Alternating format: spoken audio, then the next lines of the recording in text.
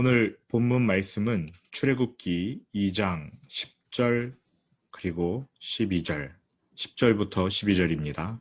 출애굽기 2장 10절부터 12절입니다. 출애굽기 2장 10절부터 12절까지 우리 한 목소리로 봉독하겠습니다. 그 아기가 자라매 바로의 딸에게로 데려가니 그가 그의 아들이 되니라. 그가 그의 이름을 모세라 하여 이르되 이는 내가 그를 물에서 건져내었음이라 하였더라. 모세가 장성한 후에 한 번은 자기 형제들에게 나가서 그들이 고되게 노동하던 것을 보더니 어떤 애굽 사람이 한 히브리 사람 곧 자기 형제를 치는 것을 본지라. 좌우를 살펴 사람이 없음을 보고 그 애굽 사람을 쳐 죽여 모래 속에 감추니라. 아멘. 그 아기가 자라매 바로의 딸에게로 데려가니 그가 그의 아들이 되니라. 그가 그의 이름을 모세라 하여 이르되, 이집트 말로 모세는 아들이라는 뜻입니다. 그러니까 아들이라는 뜻의 단어가 모세, 이집트 말로는 그렇습니다. 그러니까 그 공주가 그 아기의 이름을, 그 아이의 이름을 아들이라고 지은 것이지요.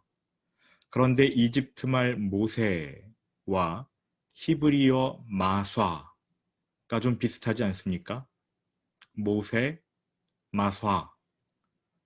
마쏴는 히브리어 동사로 물에서 건져내다 이런 뜻입니다.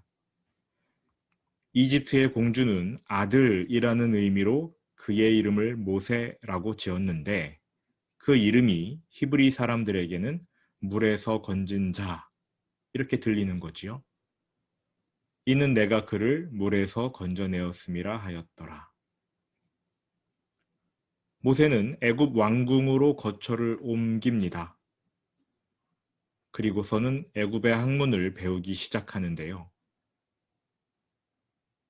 모세가 말을 잘했습니까? 라고 여쭤보면 대부분의 성도들은 모세는 말을 잘 못했습니다. 이렇게 대답합니다. 물론 80세의 모세는 말을 잘 못했어요. 그래서 하나님과 만났을 때 본인이 말을 잘 못한다고 솔직히 고백했지요. 하지만 애굽 왕궁에서 자랐던 젊은 시절의 모세는 유창한 달변가였습니다. 사도행전 7장 22절 제가 읽어드릴게요. 모세가 애굽 사람의 모든 지혜를 배워 그의 말과 하는 일들이 능하더라. 그의 말과 하는 일들이 능하더라. 모세는 말을 잘하는 사람이었습니다. 젊은 시절에는 적어도 그는 달변가였지요. 모세는 최고 수준의 학식을 자랑했습니다. 그것도 애굽에서 말이지요. 당대 세계 최강대국, 사회, 경제, 학문 분야에서 둘째가라면 서러워할 그 나라에서 모세는 최고 수준의 학문을 자랑했습니다. 이집트요. 피라미드만 한번 생각해 보십시오. 최고 수준의 건축학, 수학, 물리학의 지식이 동원되어야 만들 수 있는 건축물입니다. 애굽은 그렇게 최고 수준의 학문을 자랑했는데 그러한 애굽에서 최고 학자가 누구였느냐? 바로 모세였습니다. 게다가 그는 지식이 있고 말만 잘하는 학자가 아니라 하는 일도 능했다. 성경이 말하는 것처럼 능력도 대단했습니다. 그의 언어 능력은 남들과의 소통을 잘할 수 있게 해주었을 테고 그의 행하는 능력은 사람들을 리드하는 데 도움이 되었을 것입니다. 성경에 기록되지 않았으므로 이것이 사실인지는 모르겠는데요. 요세푸스라는 유대 역사가의 기록을 보면 에티오피아가 이집트를 침공한 적이 있다고 합니다. 당시 에티오피아의 공격이 워낙 거세서 이집트의 폐색이 짙었는데 파라오가 젊은 시절 모세에게 이집트 군대를 지휘하도록 맡겼다고 합니다. 그리고 모세의 지도 아래 이집트 군대가 에티오피아를 싸워서 물리쳤다고 그렇게 기록되어 있어요. 사실인지는 모르겠지만 어쨌든 성경에는 적어도 모세의 언어 능력과 사람 다루는 능력이 탁월했다. 이렇게 기록되어 있습니다. 그의 말과 하는 일들이 능하더라. 이것이 젊은 시절 모세에 대해 요약해 놓은 성경의 구절입니다. 출애굽기 2장 11절로 넘어갑니다. 굉장히 시간이 빨리 넘어가지요.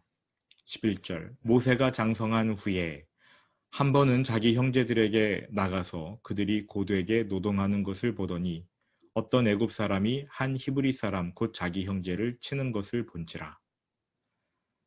모세가 장성한 후에 사도행전을 보면 이때 모세의 나이가 40세였다고 합니다. 40살. 모세는 일찍이 자신이 히브리인임을 알았습니다. 어린 시절 어머니의 밑에서 자라면서 배웠겠지요.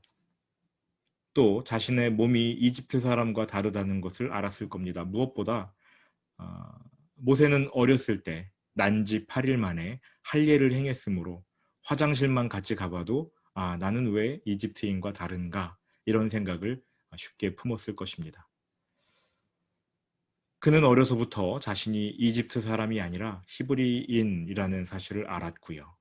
또 어린 시절 어머니께 배웠던 히브리인의 하나님에 대해서도 잊지 못했을 겁니다.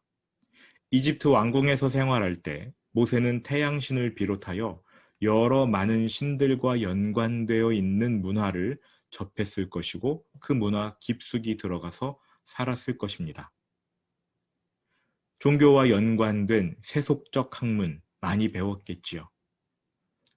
그러한 학문에서도 최고 수준을 자랑하는 인재가 되었다고 하는데 그렇다면 모세가 그러한 세속 문화, 이방신을 섬기는 문화에 동화되었을까요? 그렇지 않습니다. 어머니가 모세에게 행했던 신앙 교육은 시간이 지나도 퇴색되지 않았습니다. 어려서 배웠던 하나님을 잊지 않았던 것이지요. 성경에는 이와 비슷한 예를 많이 찾아볼 수 있습니다. 얼른 떠오르는 것이 다니엘입니다. 다니엘의 경우를 한번 생각해 보십시오. 일찍이 바벨론으로 끌려갔어요. 끌려가서 왕의 환관이 되는 교육을 받았습니다. 그러니까 아예 환관으로 만들려고 유대 어린아이들을 끌고 간 것입니다. 환관을 만드는 교육이었으니까 다니엘 당연히 거세당했을 것이고요. 그뿐 아니라 바벨론은 이들로부터 유대인 정체성을 제거하기 위해 쉽게 말해 유대인 물을 빼기 위해 여러 가지 작업을 했는데 일제강점기 일본이 조선 사람들에게 창씨 계명을 강요했듯 바벨론도 유대에서 끌고 온 아이들의 이름을 바벨론식으로 계명시켜버렸어요. 히브리 이름 다니엘, 그 뜻은 하나님은 나의 심판자, 아름다운 이름이었죠. 그러나 바벨론 사람들이 그의 이름을 벨드사살로 계명시켜버렸습니다. 바벨론 사람들이 믿었던 신 중 벨이라는 신이 있습니다. 벨드사살이라는 이름의 뜻은요, 벨 신이 그의 생명을 지켜준다. 환관을 만들어 놓고 창씨 계명을 시켰습니다. 하나님 분위기 자체도 다 이름에서 빼버렸어요. 다니엘의 정체성이 흔들릴 만도 하지 않습니까? 그러나 다니엘은 조금도 흔들리지 않았습니다. 그는 매일같이 예루살렘을 향해 열린 창으로 머리를 내밀고 이스라엘의 하나님께 감사기도 드렸지요. 여느 포로처럼 다니엘도 바벨론의 학문을 배웠습니다. 환관을 만드는 교육이니까 교육의 강도도 굉장했겠지요. 그런데 학과 성취도를 보면 다니엘과 세 친구들이 가장 높았어요. 얘네들은 시험만 보면 100점입니다. 다니엘 똑똑해서 공부 잘했나 보다. 그렇게 생각하십니까? 근데 국영수 이런 과목 배운 게 아니거든요. 바벨론의 학문은 기본적으로 점성술입니다. 별을 보면서 앞날을 점치는 귀신의 학문이에요. 다니엘도 그 학문을 배웠어요. 시험 보면 100점 맞았습니다. 하지만 그 학문에 조금도 영향을 받지 않았습니다. 그가 배운 점성술이 하나님의 자녀라는 다니엘의 정체성에 아무런 영향을 주지 못했어요. 오히려 다니엘은 여러 학문을 섭렵하면서 그 모든 학문적 지식을 하나님 앞에 무릎 꿇린 그러한 신앙인이었습니다.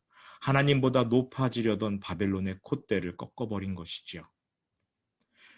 다니엘이 세속 문화 속에서 살면서 끝까지 신앙을 지켰던 이유, 하나님 나라 백성의 정체성을 잃지 않을 수 있었던 것은 어린 시절에 배웠던 하나님, 곧 성경 교육 때문입니다. 그 가르침이 다니엘의 신앙과 정체성을 지켜주었습니다. 일전에 한 선교단체 대표님과 만나 이야기 나눈 적이 있습니다. 그 단체의 선교사 한 분에 대해서 말씀해 주시더라고요. 그 선교사님은 불교 국가로 선교 사역을 가셨습니다. 아시아권 또 아프리카권 선교사님들 대부분 본인은 고생해도 좋지만 자기 때문에 자녀가 고생하는 것은 옳지 않다며 경제적으로 무리를 해서라도 아이들을 외국인 학교에 보냅니다. 외국인 학교는 굉장히 비싸요. 우리 돈으로 1년에 2천만 원, 3천만 원 정도의 학비가 든다고 합니다. 동남아든 아프리카든 외국인 학교는 굉장히 비쌉니다. 보통은 기독교 사립학교에 보내고 또 그러한 학교는 대부분 영어로 수업을 진행하지요. 물론 선교지이니까 그 아이들이 외국인 학교에 다니는 것 자체로도 많이 불편할 겁니다. 그런데 제가 만나서 말씀 나눴던 그 선교단체 대표님이 소개해준 선교사님은 왜 나만 선교사냐? 내 자식도 선교사다. 나 때문에 우리 가족이 선교지로 끌려와 고생하는 게 아니라 하나님이 우리 가족 전부를 선교사로 불러주셨으므로 다 같이 고생하는 게 맞다. 이렇게 말씀하시면서 투철한 믿음을 갖고 그 자녀들을 현지인 학교에 보냈대요. 불교 국가 현지인 학교입니다. 아침마다 불교 예배, 그러니까 예불이 진행이 돼요. 그리고 수업하는 과목 중 가장 중요한 것이 불교의 가르침을 담은 종교 수업이지요. 주변 선교사들이 그 선교사님에게 다 미쳤다고 말했답니다. 그러다가 아이들이 신앙을 잃어버리면 어떡하냐, 또 적응은 할 수나 있겠느냐 라면서 제발 무리를 해서라도 기독교 사립 외국인 학교에 보내라고 으름장을 놓았다고 합니다. 하지만 이 선교사님은 하나님이 나를 선교사로 부른 게 아닌 것 같다. 이 아이들을 선교사로 부르신 것 같다. 아이들 때문에 오히려 내가 선교지에 와서 고생한다. 이렇게 오히려 조언해주는 동료 선교사들을 무안하게 만들었답니다.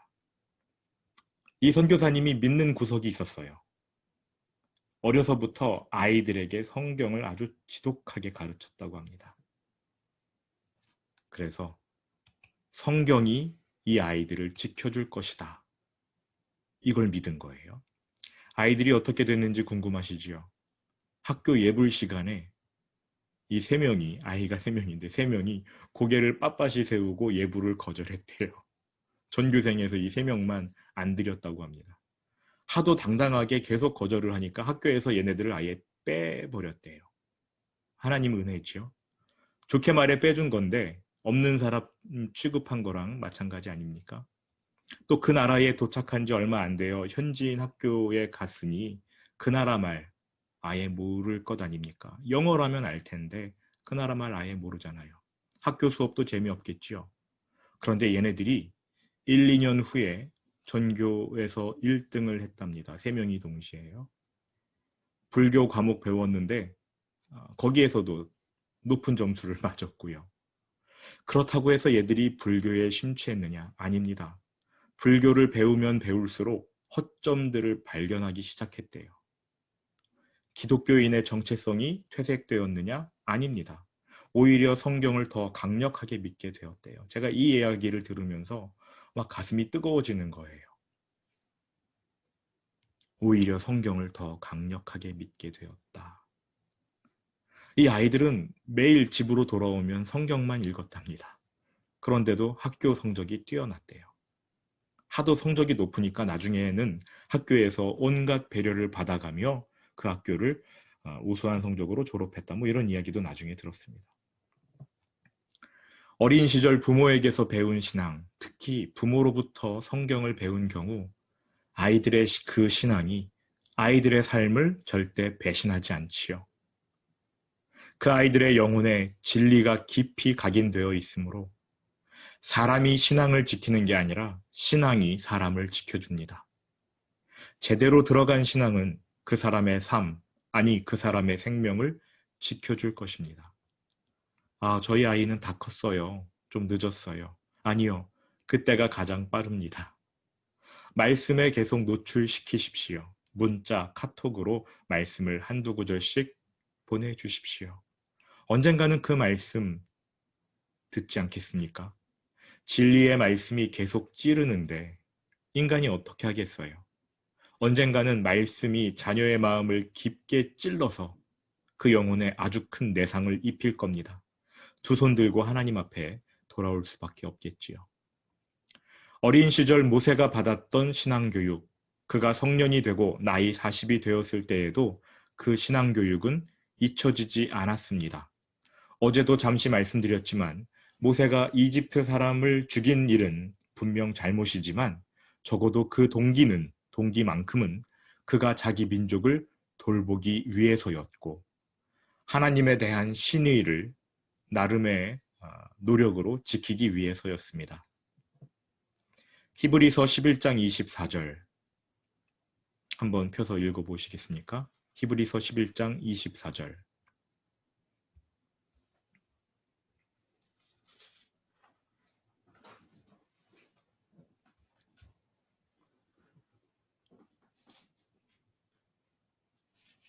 히브리서 11장 24절 같이 읽어보시지요. 믿음으로 모세는 장성하여 바로의 공주의 아들이라 칭함받기를 거절하고 나이 40살 되었을 때에 결심을 했습니다. 나는 히브리인이다. 나는 바로의 공주의 아들이 아니다. 결심한 거지요. 믿음으로 자신의 모든 특권을 거절한 겁니다. 적어도 동기는 하나님에 대한 신의를 지키기 위해서였습니다. 그가 취한 방법은 잘못되었어요. 그건 잠시 후에 이야기하고요. 일단은 어린 시절에 배웠던 신앙이 모세의 삶 속에서 계속 작동했다는 사실만 기억하시기 바랍니다. 애굽의 왕궁에서 자라는 동안 그는 자기 동족, 곧 하나님의 백성이라 불리는 히브리인들이 힘든 노역에 투입되는 현실을 보면서 무척 안타까워했을 거예요. 과거 자신의 가족이 겪었던 어려움들도 떠올랐을 것이고요. 그로부터 지금 수십 년이 지났는데 히브리인의 노역이 지속되는 현실 상황에 그는 날마다 괴로워했을 것입니다. 그러던 어느 날 결심하지요. 사도행전 7장 23절 나이가 40이 되매 그 형제 이스라엘 자손을 돌볼 생각이 나더니 여기까지는 좋았습니다. 그러나 그는 하나님의 뜻을 분별하는 대신 자기 의를 앞세웠어요. 다시 출애굽기 2장으로 넘어와서 11절 12절입니다. 모세가 장성한 후에 한 번은 자기 형제들에게 나가서 그들이 고되게 노동하는 것을 보더니 어떤 애굽 사람이 한 히브리 사람 곧 자기 형제를 치는 것을 본지라 좌우를 살펴 사람이 없음을 보고 그 애굽 사람을 쳐 죽여 모래 속에 감추니라. 동족을 보살피려는 모세의 마음은 진실하나요? 네, 진실하지요. 하나님 앞에서 하나님께 신의를 지키려는 그의 동기 순수합니까? 네, 순수합니다. 그런데 모세는 이기적입니까? 네. 자기 중심적입니까? 네. 동족을 보살피려는 마음은 이타적인 마음 아닙니까? 네. 그런데 어떻게 이기적일 수 있나요? 이타적이면서 동시에 이기적일 수도 있다는 말입니까? 네. 그게 가능합니까? 네. 모세는 자신이 누리던 모든 특권을 버리고 자기 동족, 하나님의 백성, 노예로 지내는 히브리인들과 함께 하기로 결정했습니다. 매우 어려운 선택이었지요. 희생했습니다. 자기 것을 버리는 것은 굉장한 희생이에요. 자기 것을 버리고, 그리고 그 버린 게 굉장히 커요. 이집트의 왕자라는 타이틀, 그로부터 딸려오는 모든 특권 다 버렸습니다. 낮은 위치로 내려가는 거예요. 히브리인들과 함께하겠다는 희생정신 태도. 흡사 예수님의 모습과도 비슷해 보입니다. 그렇지요. 높고 높은 보좌를 떠나서 이 낮고 낮은 곳에 내려왔지 않습니까? 종의 형체를 취해서 말이지요. 하지만 모세의 마음은 예수님의 마음과 달랐습니다. 예수님은 철저히 하나님께 순종하며 하나님의 뜻에 따라 자신의 사명을 받아들이셨지요. 자기의, 자기 욕심 이런 거 없이 그저 하나님이 시키시는 대로 행했습니다. 요한복음 5장 19절을 한번 펴보시기 바랍니다. 요한복음 5장 19절.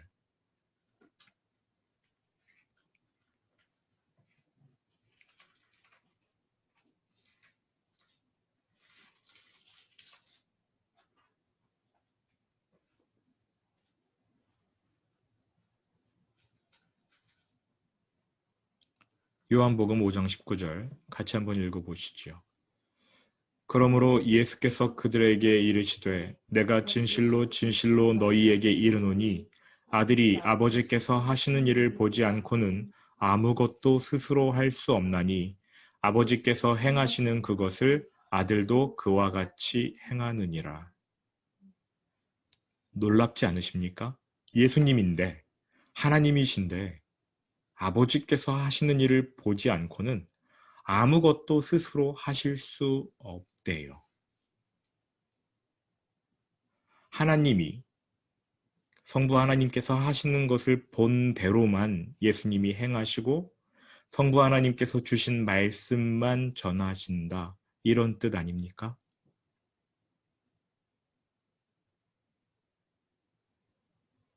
예수님께서 이 말씀을 하신 날은요.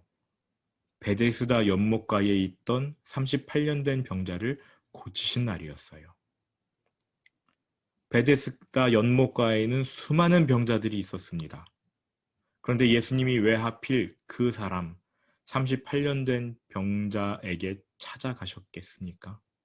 거기 많은 다른 병자들도 있는데 그 많은 병자들을 다 제쳐두고 이 한 사람만 선택해서 고쳐주신 이유 무엇이겠습니까?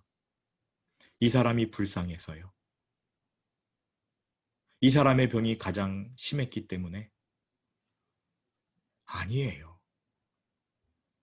예수님은 하나님께서 이 38년 된 병자를 고쳐주시는 것을 영안으로 보신 겁니다.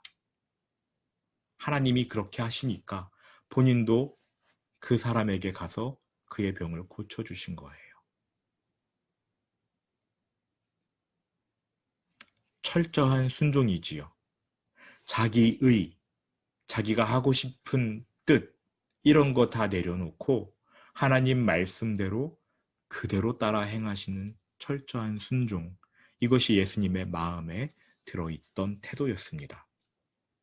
그런데 모세는요, 하나님의 백성과 함께하기로 선택했지요. 왕자로서의 특권을 버리기로, 희생하기로 결심했습니다. 대단한 일입니다. 여기까지는 예수님하고 비슷해 보여요. 그런데 모세는 하나님의 뜻을 분별하지 않았습니다. 아니, 그런 거 생각조차 안 했지요. 자기 의로 가득했어요. 분명 그는 선행을 하려는 선택을 했습니다. 하지만 어디까지나 자기 의였고 자기 만족이었습니다. 남을 위해 희생했지요. 하지만 자기 의, 자기 만족을 위해서였습니다. 예수님처럼 정말 모든 것을 다 내려놓고 하나님의 뜻을 받아들인 것이 아니라 자기 뜻, 자기 생각대로, 자기가 원하는 대로 자기 의가 가득해서 무언가를 해보려고 애썼던 것이었지요. 우리가 언제 잠잠해야 하냐면 이럴 때 잠잠해야 합니다. 내 생각, 내 뜻, 내 의가 올라올 때, 아무리 그것이 선한 일처럼 보일지라도 하나님께 여쭈어야 합니다. 일단 멈춤, 그 신호 앞에서 멈춰야 되겠지요. 모세가 40살에 내가 히브리인과 함께하리라 결심한 후였습니다. 이집트 관리에게 매를 맞으며 괴로워하는 히브리인의 모습이 눈에 들어옵니다. 전에도 이런 광경 수없이 보았겠지요. 이날만 히브리인이 이집트 관리에게 두드려 맞았겠습니까? 하지만 이날 모세는 히브리인과 함께하기로 결심했잖아요. 모든 것이 달라 보이는 거예요. 전에는 히브리인이 불쌍하기만 했겠지요. 그러나 이제는 이집트 사람이 미워 보이는 겁니다. 분노가 치밀어 올라요. 예수님은 모든 것을 하나님의 눈으로 보았지만 모세는 지금 안경만 바꿔 꼈습니다. 이집트인의 안경에서 히브리인의 안경으로 갈아 꼈지 하나님의 시선을 갖지 못했어요. 그러니까 분노할 대상을 찾는 거지요. 어떻게 합니까? 그 이집트 사람을 쳐 죽입니다. 여기서 쳐 죽였다라는 표현은요, 의도 자체가 악하게 아예 죽일 심산으로 내리친 거예요. 그러니까 마치 가인이 아벨을 쳐 죽였듯이 모세도 이 이집트 사람을 죽일 의도를 갖고 악한 의도를 갖고 쳐 죽인 겁니다. 그의 선한 동기, 선한 선택, 결국은 살인이라는 죄를 낳았습니다. 겉으로는 선해 보였으나 자기의, 자기 만족으로 가득한 선택이었지요. 하나님은 이러한 모세를 지금 당장 사용하실 수가 없습니다. 모세가 그래서 40년 동안 훈련을 받게 돼요. 묵상 포인트입니다. 첫 번째, 올바른 신앙은 우리를 배신하지 않습니다. 자녀에게 신앙교육, 하나님께서 우리에게 그 책임을 물으실 것입니다. 자녀에게 말씀을 전하십시오. 두 번째, 성경적인 선행은 내 의협심으로 행하는 것이 아닙니다. 우리도 예수님처럼 하나님이 행하시는 것을 보고 그대로 따라 행하여야 합니다. 그래서 말씀이 중요합니다. 말씀을 읽고 묵상하고 성령께서 말씀을 깨닫게 해주시는 대로 순종해야 우리는 성경적으로 선행할 수 있게 됩니다. 여기에서 지나는 모든 것은 자기의로 전락해 버리지요. 오늘 들은 말씀 기억하면서 함께 기도하셨으면 좋겠는데요. 하나님, 자녀에게 신앙을 전달하는 부모가 되게 하여 주옵소서. 또 예수님처럼 하나님의 시선으로, 하나님의 눈으로 세상을 바라볼 수 있도록, 그리고 하나님의 뜻을 그대로 따라 행하는 말씀의 사람이 되도록 하나님 우리를 도와주십시오. 한 1분 정도 같이 기도하고 제가 기도하고 오늘 예배 마치도록 하겠습니다. 함께 기도하겠습니다.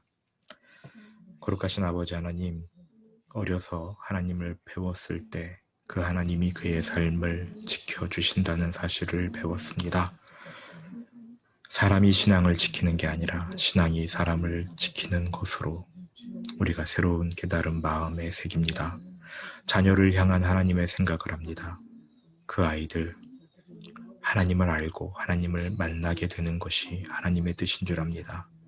하나님, 부모로서 자녀를 하나님의 말씀대로 가르치는 이 귀한 특권 그리고 임무 잘 행할 수 있도록 도와주십시오. 아버지 하나님, 그리고 우리가 세상을 살아갈 때에 하나님의 시선으로 살아갈 수 있도록 도와주십시오. 자기의, 자기 뜻을 이루기 위해서 어떠한 일을 행하는 것이 아니라 오직 하나님을 위해서 하나님의 말씀대로 하나님의 시선을 따라서 그 모든 일을 행하고 살아가는 우리 본빛교회 모든 성도들 되게 하여 주옵소서. 거룩하신 아버지 하나님, 말씀을 배우고 하나님을 배울 때에 그 신앙이 그 사람의 생명을 지킨다는 것을 배웠습니다. 우리 자녀에게 이러한 은혜를 허락하여 주옵소서. 부모로서 자녀에게 신앙을 전수해주는 귀한 사명 잘 감당할 수 있도록 우리 본빛교회 모든 성도님들 하나님께서 은혜 내려 주옵소서. 예수님처럼 모든 일을 행할 때에 하나님의 시선대로 성경에 기록된 말씀대로 하나님의 뜻대로 분별하고 행하고 또 성령께서 주시는 감동에 따라 행하는 우리 본빛교회 모든 성도들 되게 하여 주옵소서.